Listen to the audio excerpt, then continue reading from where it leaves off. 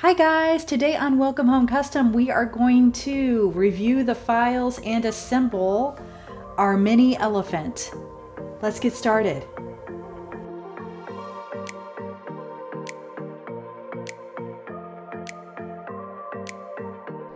All right guys, let's go ahead and review the files really quickly. We are going to look at the SVGs, but there are 4 other formats that you can pick from. So when we go into the SVG folder, you will first and foremost see instructions and color planner. Make sure you review instructions. It's going to include things like the colors I use and what they're supposed to do, different tips and tricks, the amount of material you will need, a file breakdown, along with some basic assembly instructions. There is also a color planner. We are doing the mini right now, so you will make sure to use the mini color planner. This is so that you can plan out your colors if you wanted to paint this rather than use the different woods. And then finally, we have the actual DIY folder. Now, you'll see that we have pieces and stand. Stand is sorted by size of slot and tab. So if we open one of these up, the number is 185. You will notice that our slots are 0.185, and then our tab, if we arrange and ungroup, is going to be double that, 0.37, and that's because it's going to go through 2 thicknesses of that 0.185. Another thing to note is that the file is set up to all be scored. So this is all scoring, the black and the gray. That is a line function in LightBurn. It should not be engraved. If you try to engrave, it's going to freak out and ask you to close shapes, and we don't want to do that. So let's go ahead and delete this off, and let's look at the pieces file, which is going to look a little overwhelming. So here's the pieces file. We have no-kerf and kerf. No-kerf means that I did not add any sort of offset to compensate for the material loss, or kerf from cutting with the laser. This is for people that know their kerf for their laser and want a perfect fit. Kerf is a 0.002 inch offset that I have applied. It is a one size fits most and is for folks that don't know their kerf or don't want to figure out their kerf. Once we open up the file, you will see that we have, oh, I have it turned off, that's why. Once we open up the file, you will see that we have these pieces all grouped together. And I also have the name of the wood with that group. So if we were to grab one of the files, so this is the backer, we would cut that out of one type of material. This is another type, so this is mahogany. Click here. This is oak. Okay, so you get the point there. There is one piece that is engraved. That is this blue eye, and that's so we don't have to cut all these little tiny pieces. So you're going to want to use maple so that this portion stays white or maple color, and then this will all be dark engrave.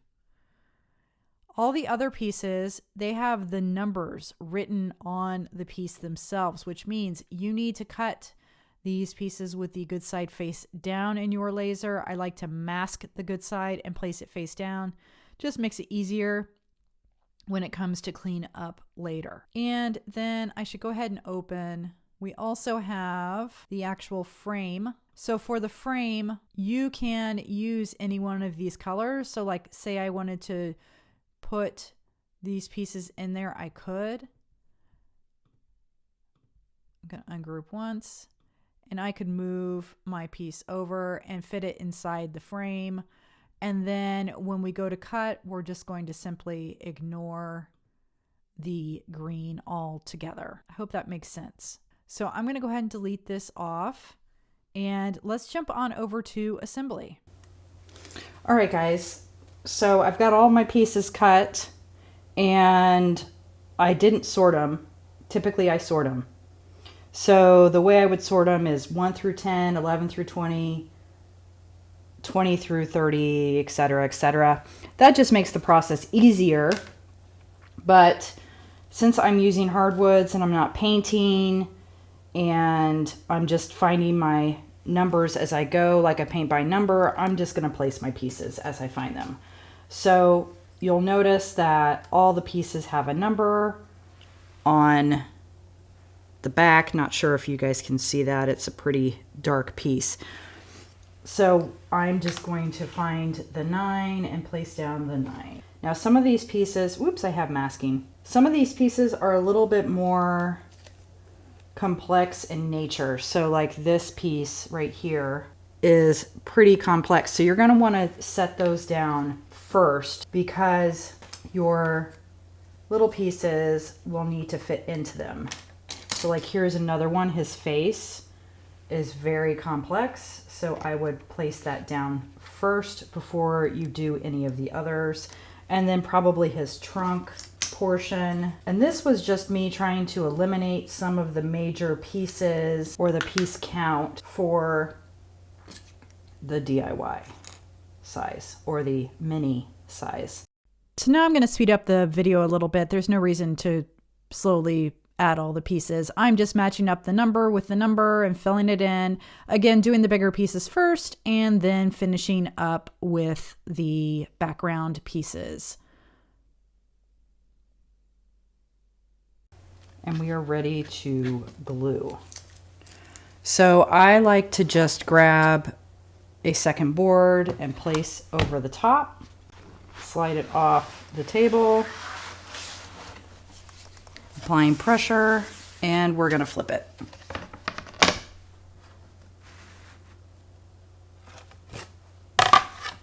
Now what we'll do is we'll grab some wood glue and my dying silicone brush that I need to replace. I'm just going to add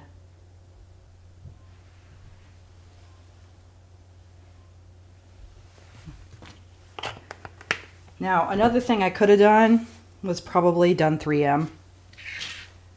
With this size, 3M is probably going to be a lot easier.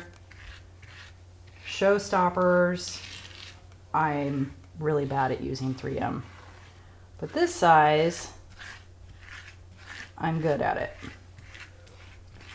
So if you want to use 3M, go for it. If you don't, that's fine too. So I am just spreading out my glue, trying to get to the edge, and then also trying to make sure that I don't have any major glue bubbles or pooling, which I do have some in the center, so we're probably going to need to fix that.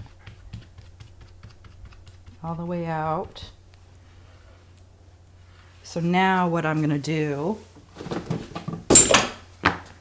is just grab a bunch and we're just taking off any major excess.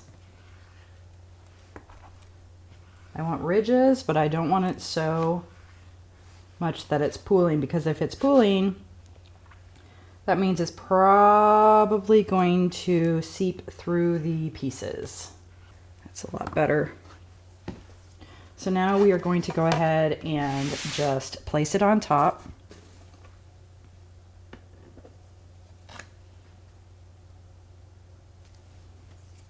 Flip it back over.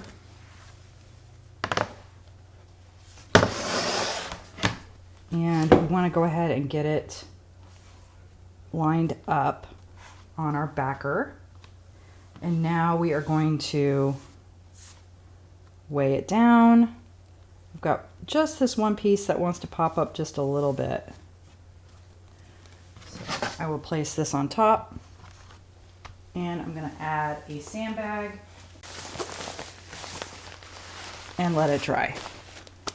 All right, so now I am all glued up, and I'm going to add my base. I did in 2 different colors. I used the cherry to complement the frame, and then I used this dark sapele or however you want to pronounce it. Look at that craziness on the back. To complement the background. So I'm going to go ahead and slide on my cherry first, and then my sapele, and we are all finished. All right, guys, that's it. Hopefully you found the tutorial helpful. Make sure to subscribe to the channel and check out other tutorials just like this. Thanks so much.